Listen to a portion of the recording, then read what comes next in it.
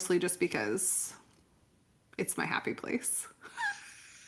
Yes. Yes, but what type of data are we? Because there's so much data that goes into launches. So which specific data are we talking about today? Yeah. So if it was up to me, we would sit here for 4 hours and I would talk to you about all of it. But Judy is going to keep me hyper focused and super on task. And so today we are talking about one little tiny segment of data. And that data is specifically related to ads for your downloadable, your freebie, your quiz, something that is free, and that leading to a sale. And I can't wait. Awesome, Greta. Okay, so we're going to talk about your freebie for. Okay, so let's dive in. So ads data. If I'm talking about ads data, what are the three pieces of data that you think should be looked at first? Okay, I have four. Okay, imagine that. I Okay, can't narrow it down to three. okay, Okay, so the things that you should always be looking for and your ads person should always be talking to you about. And if they're not talking to you about these things, they probably aren't doing a very good job at the strategy side of things. So as I was journaling and doing all of my stuff, because I knew data is not always people's favorite thing to talk about, I think it's super important to understand that data gives you the diagnosis for what is going wrong, and then you utilize strategy to solve for that problem. So, the four pieces of data that I am always looking at are your click through rate. Should I define them now or we'll like do that as we go?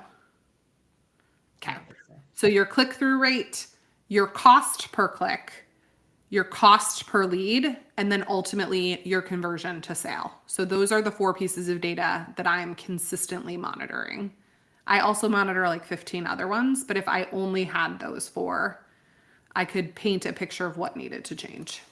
So before we go into what those four data points are by definition and how to calculate those, Greta, what you just mentioned something where you said if you're ads person, and we say ads person, when we say ads person, are you talking about the ads manager, their marketing director, their media buyer? Who is their ads person? Okay, I actually love that you asked that question because I think there's a misconception in like the online space that all I have to do is hire a media buyer and this media buyer is going to solve all my problems. And the thing is that media buyers are trained to get you a low cost per lead. A lot of media buyers are not looking at your full cycle. So they're not going to focus as much on that cost per sale because there are things that happen between cost per lead and cost per sale that they have zero control over. It's in your control as the person who gets the leads. And so they won't report out on that, or they won't really talk to you about how many sales have you gotten, or they may ask that, but they're not helping you figure out maybe what happened between cost per lead and cost per sale. And so it's easy to say, I just need a media buyer. But the reality is, you need somebody who is an ad strategist. And some ad companies have an ad strategist built in. Other people, you have to hire an ad strategist separately, or that might be your OBM, or it might be your operations person, and they're kind of looking at the overall picture. Yes. And I want to add in too, Greta, that we've worked with a lot of media buyers. A And lot. we specialize in high ticket coaching offers. So when you are looking even for a media buyer for your team, which is separate from the ad strategist, just to be clear in case you guys didn't catch that, I just want to like to emphasize that there's a difference. Um, Even your media buyer should have experience in your niche. Like they shouldn't be someone that has done a bunch of products or SaaS and been like, oh, they were super successful over here. Selling a even a course or like especially a high ticket offer coaching program is mounds different than doing a SaaS product as a media buyer. For sure. Yeah. So, but that's a whole nother episode to talk about what type of people you should have on your ads team. So just specify ads person, ads strategist, and you're going to know because they're going to be asking you questions such as these other conversion rates. If there's somebody who isn't a strategist, Greta, there's like typically only like one piece or maybe two pieces of data that they ask you about. And this will give you a sign that they're simply a media buyer and not an ad strategist if they ask you about this data point. What's that, Greta? Which is interesting too, because you said what were the three pieces of data. And if I wasn't an ad strategist, I would have had probably three pieces of data that I would tell you. Even if you went to ChatGPT and said, like, what are the three key data points for a media buyer, then the answer would be your click-through rate, your cost per click, and then your cost per lead, ultimately. And it ends there at leads. But I can't leave out the cost per sale. Yeah, totally. Okay, awesome. So let's get into them. What are the four? Okay. So click-through rate. I mean, I do think, like, in my mind, and I always have to be careful, like, in my mind, they are fairly self-explanatory. Like, they're telling you what it is. Click-through rate is looking at the number of people who saw your ads and then decided to click on it through to where you're trying to take them. So the opt-in page, the landing page, you could call it a wide variety of things. But in ads world, that is calculated by the number of clicks divided by impressions times 100. And the reason that matters is because as we start to kind of have the broader conversation of like ads versus organic, if you think about benchmarks for that, your benchmarks for click-through rates are typically anywhere from 0.9 to 1.5 on a downloadable resource. So this is specific to freebies, with your top performers coming in at about 2%. So if 1,000 people see your ad and 15 people click, you are within the benchmark. And you might be thinking like, say what? But it's predictable. So we know we have to get in front of 1,000 people to get you those 15 clicks, right? To hit the benchmark. So then what we're looking at is we are trying to keep that cost per click is literally your total amount spent divided by your number of clicks. So we're trying to keep that cost per click fairly low. We want it in the $1 to $2.50. One thing with these types of conversations about how much should it cost is super variable depending on the audience you're targeting. So for example, dentists pay way more for cost per click. They are like industry average. They're like the highest cost per click for trying to get dental patients. Realtors, lawyers, all of those people pay more cost per click. And it's because there's more people specifically fighting for eyes in those markets, right? So I'm giving you like general numbers, but like there is a lot of variability. So if your campaign's coming in at like $4 cost per click, we'll talk through like when you should be concerned about that later on. Okay, so then we've gotten them to click. With a freebie or an opt-in, your average, like they get to the page and they actually give you their information on a freebie is 20 to 35%. And that literally is number of people who land on your page to number of people you get their information. Okay, 20 to 30% of the 15 who click. Correct. Correct. So everybody who is listening, just so they're like, wait, you just told me only 15. So 20 to 30% of the people who click, that's the rate. We'll then give you 20 to 35%. We'll then we'll actually give you their information. Perfect. So then we're looking at our cost per lead. And again, there's a lot of variability for this, but we're looking to have our freebies fall somewhere between $3 to $10 per getting somebody's name and email. So there may be some, parts for that. And then when we think about a freebie typically is going straight to a nurture sequence. So we're not talking about book calls. I told Judy, I was like, should I talk about book calls today? And she was like, we're not talking about book calls. We're going to talk about like like that baseline, I have a downloadable freebie, and then I'm going to send them a series of emails over the next 30 days. And I want to know, what does it take with ads to get them from don't know you at all to purchasing.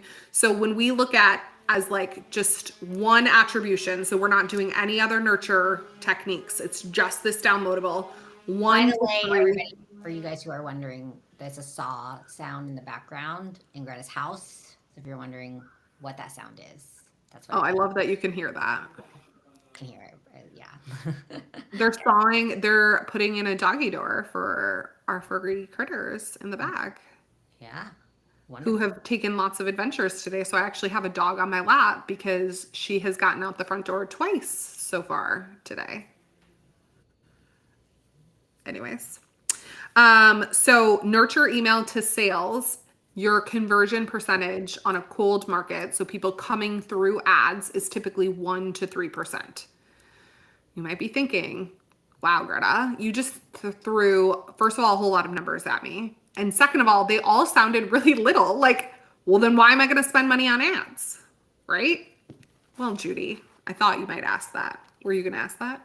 No, that wasn't going to be my next question. No. Okay. The next question was going to be something that we didn't address, which I'm like, they're probably wondering what? Like, what's the whole point of this? Like, you're telling me I'm paying for these people to opt in. I'm paying $10 per lead for these people to opt in. Why would I be doing that? Why would I be paying this much money for people to opt in? And so I think what we may have missed for some of those people listening is, why am I running a freebie ad to begin with? What are my intentions? Like, what's my goal here? So I think we should address those before we talk about. Yeah. And actually, that's a really good point, because it's a conversation I just recently had with somebody who was debating what downloadable they should run ads to. So we can talk about that in conjunction. So when we're creating our downloadable opt-in freebie quiz, the number one goal is that we want to provide value. So I think that freebies in general get a bad name right now. Like, you'll see, I literally even get ads that are like, freebies are dead. I'm like, no, shitty freebies are dead. Quality ones are good to go. So as long as you're packing them full of value, like, the idea is for people to get to know, like, and trust you, and what it is that you have to offer. And so you want to give them a little taste of what it is that you can provide without giving it all away. But you don't want it to feel like a bait and switch either. How would you expand upon that, Judy? Yeah. So I think some things for me, if I'm thinking simply for those people who aren't like data or ads people, because that's not me. By the way, I love all the things that Greta talks about, like, love them, appreciate them, needed in every business.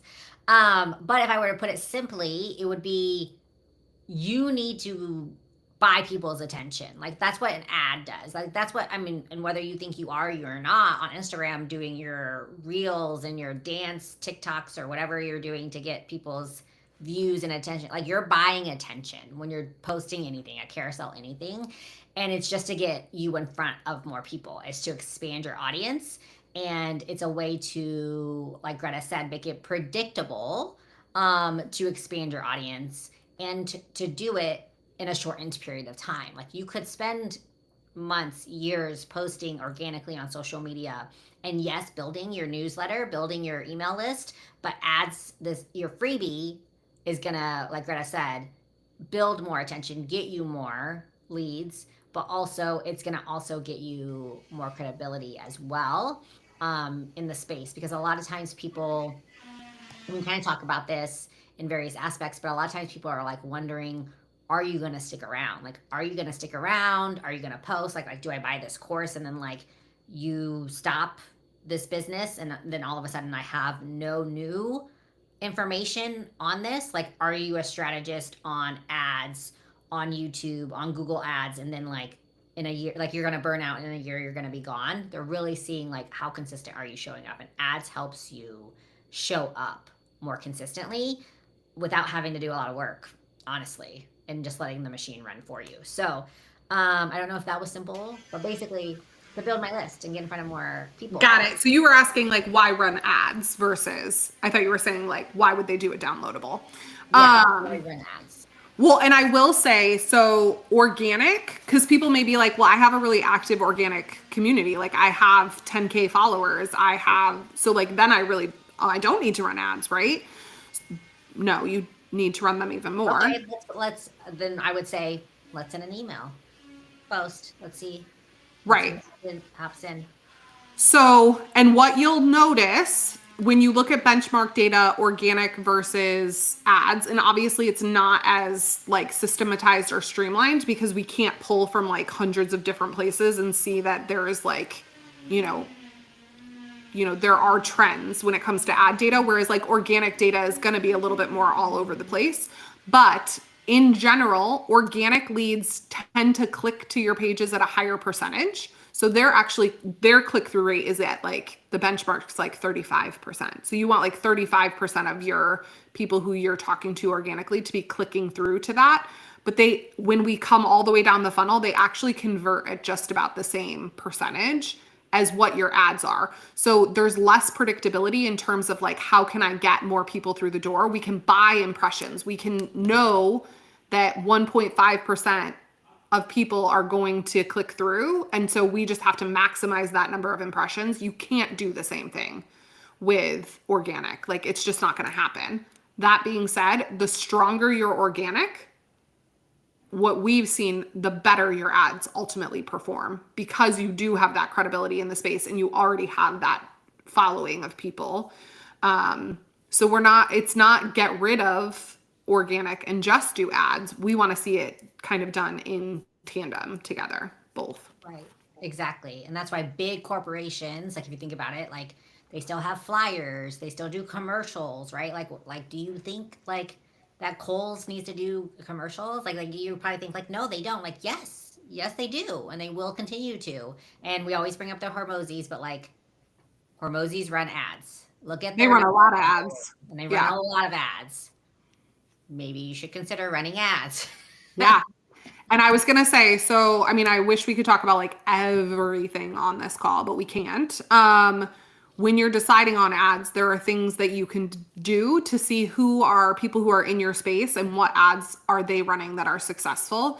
And so if having those type of conversations is something that you're interested in, then I would recommend visit bringingsimplicity.com, and we have a free community and we talk, ads and other things in there. And so we can talk through with you if you're starting to think about running ads, how can you do some market research in terms of what other people are doing to run ads? Totally. Okay. More data. Okay. More data. Okay. So we talked about, I'm just going to run through quickly, like the percentages again, because it's like, what, Greta, what? So again, click-through rates, we're looking at 0.9 to 1.5% of people clicking through. We want our cost per click to be somewhere between $1 to $2.50 with some variability depending on your audience. We want 20 to 35% ultimately giving you their information and becoming a lead. And we want that cost per lead to be somewhere between $3 to $10 because we want to make money off of them. And then we want to ultimately convert 1 to 3% of those people to a sale. So what does that look like in real life? Because again, you're like, man, 3% sells. Like I don't have a high ticket offer, or I don't have whatever, insert whatever it is.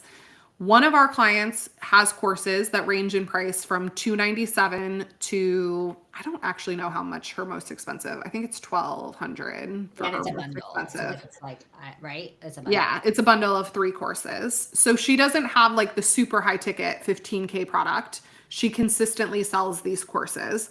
She had consistently been selling them organically, but it was kind of a slow trickle.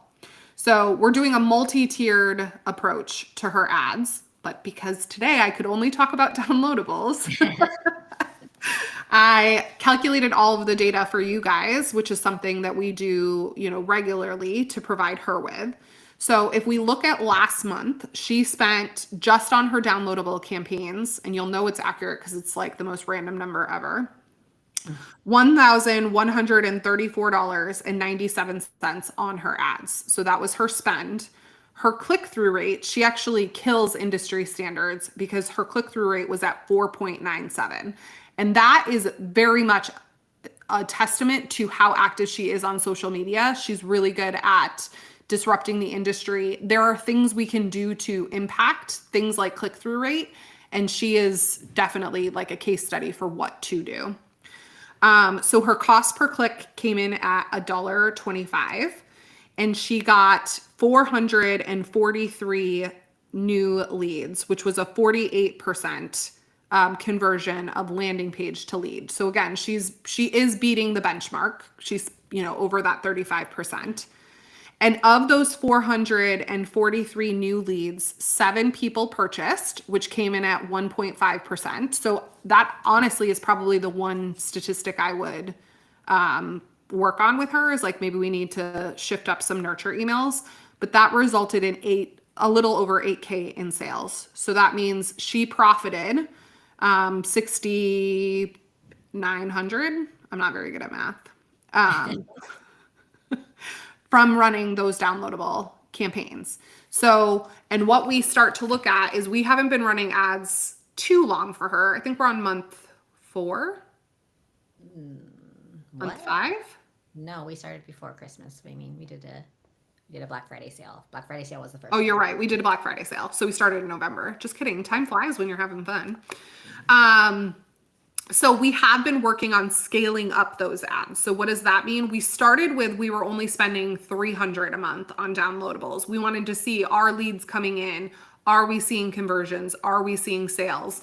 We were. So then we started to up the spend. And now what we're starting to monitor is, are all of our data points going up at the same rate that we're increasing spending? Because there's a certain point where you're going to plateau, and you'll keep spending the money to get the same results. So instead of just ramping it up like crazy fast, we did a slow roll, partially based on the budget she had set for us. And then we are now introducing a second downloadable to compare, do the two rise at the same rate? We're starting with a higher monthly budget for this new downloadable based on basically the success of her campaigns up to this point. Do you recommend someone like that, Greta, who has a course, right? Like her highest ticket is, someone's highest ticket is like 1,500, 2K, that they're running to start? Are they running multiple freebies? Are they only testing one freebie? Are you testing 2 different freebies at a time? What are you doing like their first month? Yeah, first month we want to stick to one freebie, because what we are fine tuning at that point is basically our click-through rates, all of those pieces, which are tied to your graphics, your hooks, your landing page. So you want to get one freebie really dialed in before you start kind of spreading the budget, because if you have it spread, it's hard to know what isn't converting. Yeah, I love that. Okay, awesome. Before I add in more questions, is there anything about the data that you want to share with us? Well, I mean, I shared all the data. Well, anything specific. Okay. So I mean, there's a lot of things I want to say, but I think that it's for like, I mean, I want to talk about like, oh God, this is just the like tip of the iceberg, because it's like the conversion rate on something like a downloadable is significantly lower than the conversion rate on other things that include, for example, a book to call. Right. And that is the other piece, is that we have built the budget out in ways where we're spending less on the downloadables, because in theory, it's going to have a lower conversion rate. So we want to spend, if she wants to spend X amount of dollars on her ads, we want to spend the most amount of money on the highest converting type of ads. And so if you were to see her whole budget, because you might be thinking like, Greta, why aren't you just putting 10K into downloadables? It's because we put the bulk of her budget into things that convert super high, where, she spent 10K and made 90K, right? Like, yeah.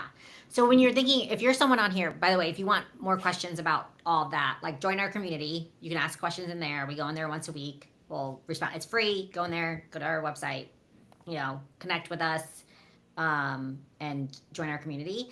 And we talk about that. So if you're like, oh, I don't know, blah, blah, blah, Another thing is, okay, so Greta, if I'm thinking, oh, okay, Greta, I'm ready. I want to run ads. I have a freebie. I'm ready to go.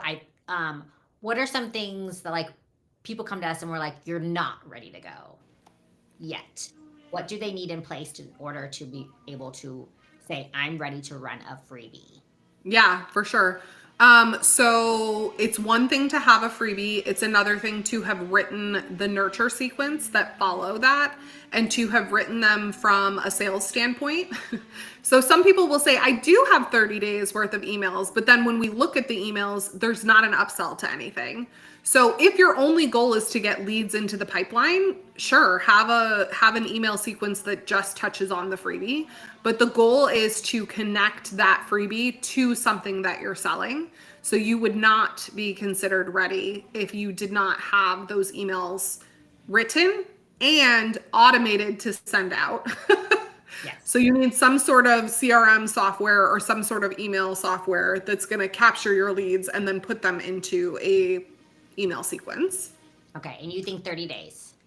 I would say 30 days minimum. That's like typically where we start. And that's anywhere from 6 to 8 emails in those 30 days. In a perfect world, you also have text messages. I will say, like the case study that I just gave you, she does not have text messages.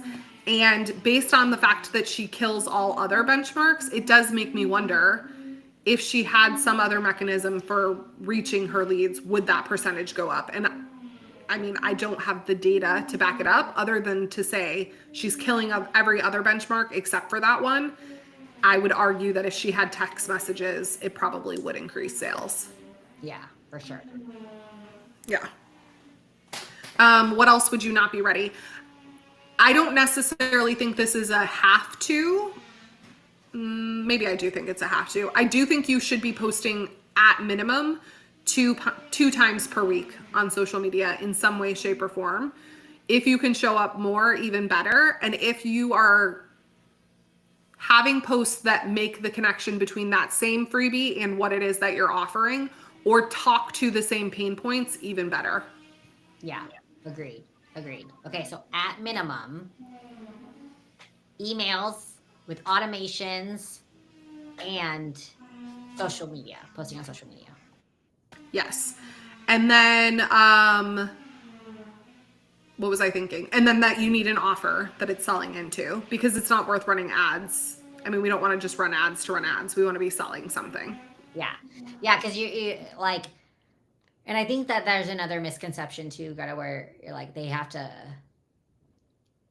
they're like, oh, I'll just build my email list for 6 months and then I'll sell them something. And it's like, no, you can sell them something. Like, that first month, like, well, why do you have to wait 6 months to sell them something? And like, generally people, when they're into the opting in stage, they're usually in a buying stage, in a buying mood too. So you want to catch them while they're in a buying mood. Because if not, you then are like building your product or course or whatever for that 6 months. And like, they're already like seeing ads, by the way, to somebody else, because that person is like, oh, I'm going to do a lookalike audience for that. Or like, that's my same audience. And I'm just going to promote my course that I have to them and they're going to go buy it somewhere else. So don't make that mistake. Definitely have a product that you're selling into. For sure. And then I just realized I left out something that is something we actually talk with people about a lot. Not only do you have to have an offer, but you have to have the capacity to accept a good amount of people into that offer. And I don't want to define that because it's different for everybody depending on how high touch. So for example, these are courses, which are, not like, I mean, they're evergreen courses. So she has no threshold. She could sell 500 and she'd be fine. But we have talked to people who they're like, I want to run ads. I have an opt-in sequence. I have all of the things. Oh, by the way, I can only sell 2 a month. Probably not the best case study to set ads to, because your cost per sale is going to end up being so high if you can only convert 2 people. Yeah. Love it. Awesome. So if you have questions about your freebie, you have questions about if your offer is ready, join our community. Another thing that there was something else I was going to say about your offer. Oh, like I said, be ready to accept more people, but also have those sequences in place too. So like have your email, like your log, like your welcome email, like if they go to purchase, make sure you have like your thank you page set up, that you have, that you also have like, hey, you're like, this is how you access your course or whatever it is that you're selling. Have all that stuff ready and automated, and ready to go and tested and all those things, because you would hate to then, have, or like a lot of times I've seen this happen where people like buy things twice and then you have to refund them because they're like, I didn't actually know if I Yeah, I bought didn't it. get a receipt, or I didn't get a welcome Yeah. email. I didn't get a receipt, never went to the confirmation page, and I didn't get a login email. So, because you want people to be able to buy at night and log in and start if they like, whatever it is that they're buying. Like, so. Yeah, for sure.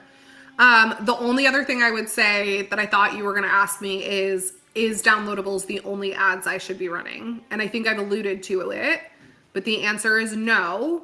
And like we said, today we just talked about one little bitty piece of like the ad set, but also one little bitty piece of an overall ad strategy. So this is like, I always run a 3-tiered ad strategy, and this is one of the 3 tiers. So make sure you check future unfiltered. I don't know if it'll be the next one, because I think Judy would die if we had to talk data 2 in a row. I don't know. We'll see. How much are you gonna bribe? What are you gonna bribe me with? I was gonna say, and I feel like we had a really awesome topic, which now I can't remember, which is very on par for So this unfiltered. gets the most views out of all our videos, then maybe we'll talk data again by next week. If Oh not, man, I gotta go like you're petition. gonna go play it like 10 times. No, Greta, they can't all be by you. We're gonna listen to ourselves over and Judy's over. gonna be like, man, Greta hasn't posted on her personal Facebook in a while, and I like post this one like 10 times. Please watch. Please watch. Help me. Help me talk data. Love it. Love it. Love it. Love it.